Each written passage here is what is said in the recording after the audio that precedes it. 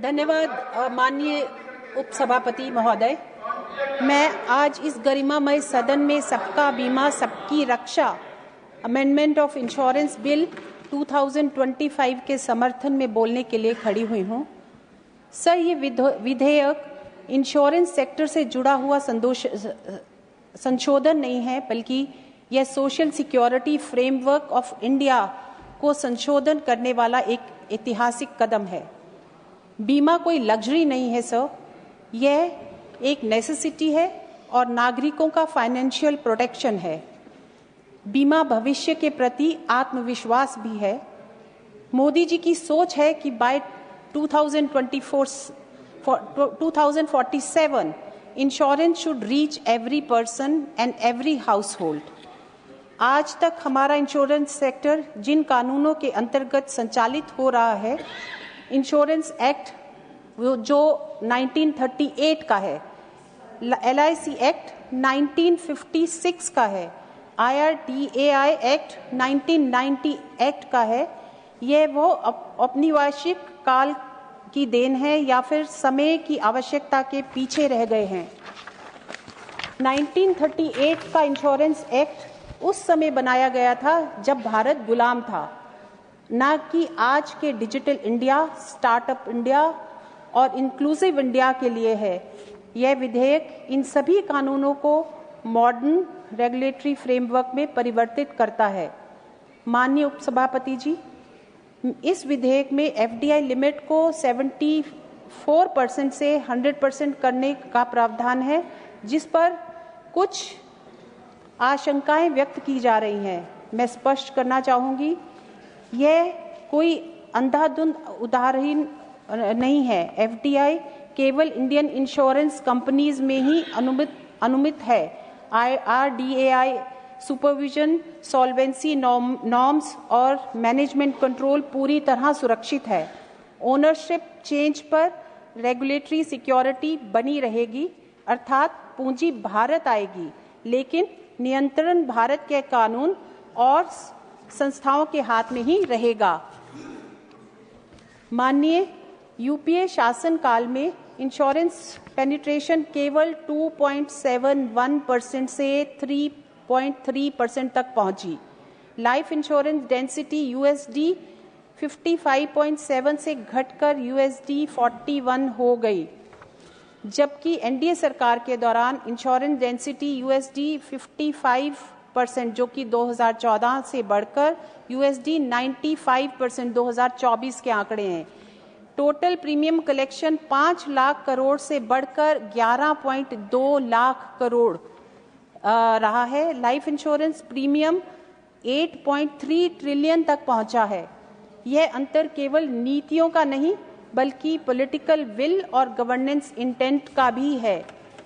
Sir, mandatory rural और unorganised sector coverage across all insurance classes, अब life insurance, health insurance, general insurance, speciality insurance, हर insurance के लिए यह अनिवार्य होगा कि वह ग्रामीण भारत और असंगठित क्षेत्र तक पहुंचे। अब केवल शहरी मुनाफे वाले क्षेत्रों को चुनने की प्रवृत्ति समाप्त होगी। यह इंक्लूसिव ग्रोथ इन एक्शन, ना कि केवल पूंजीवादी सोच में काम होगा। माननीय, बीते वर्षों में इंश्योरेंस सेक्टर की सबसे बड़ी कमजोरी रही है पॉलिसी होल्डर प्रोटेक्शन नहीं मिला। इस विधेयक के माध्यम से policy holder education and protection fund की स्थापना की जाएगी। इंश्योरर फेलियर की स्थिति में क्लेम्स की सुरक्षा मिलेगी। IRDAI को इनऑर्गेनाइज्ड पावर्स ठीक उसी प्रकार जैसे सेबी के पास है वैसे ही की जाएगी। अब रेगुलेटर केवल दर्शक नहीं, बल्कि पॉलिसी होल्डर का संरक्षण भी होगा। सर, पहले पेनल्टीज कई बार आर्बिट्रेरी होती थी और अब पेनल्टी के लिए ऑब्जेक्टिव क्राइटेरिया होगा, एडवांस नोटिस और राइट टू फेयर हियरिंग होगा। स्पष्ट स्टैंडर्ड ऑपरेटिंग प्रोसीजर बनाए जाएंगे। माननीय, यह विधेयक इंश्योरेंस सेक्टर को पूर्णतः डिजिटल इकोसिस्टम की ओर ले जाता है।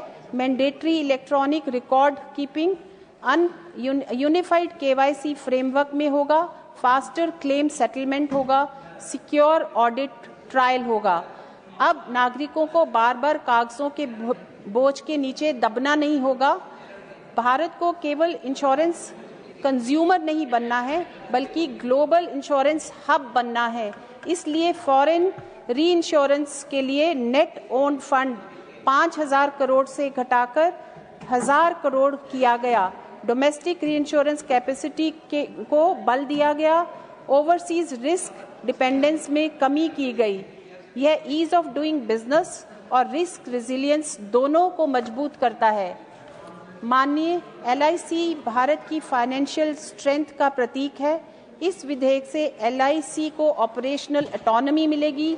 जोनल ऑफिसेज खोलने के अनावश्यक अप्रूवल को के नाम पर समय खराब नहीं किया जाएगा। डिसीजन मेकिंग में गति आएगी। सर, अब 1% शेयर ट्रांसफर पर भी प्रायर अप्रूवल की आवश्यकता नहीं होगी, जो पहले लेनी पड़ती थी। अब यह सीमा बढ़ाकर 5% कर दी गई है। इन्वेस्टर को सुविधा मिलेगी। रेगुलेटरी फोकस ओनरशिप कंट्रोल पर, सिस्टमेटिक स्टेबिलिटी और सुरक्षा मिलेगी। सर, यह विधेयक केवल कानून से संशोधन नहीं करता, बल्कि नागरिकों के भविष्य में विश्वास भी पैदा करता है। यह सुनिश्चित करता है गांव का श्रमिक भी सुरक्षित हो, असंगठित क्षेत्र का कामगार भी सुरक्षित हो, पॉलिसी होल्डर को सशक्त करता है, इन्वेस्टर को भी सशक्त करता है। मैं इस सदन में इस विधेयक को सर्वसम्मति से पारित करने की अपील करती हूँ। धन्यवाद सर।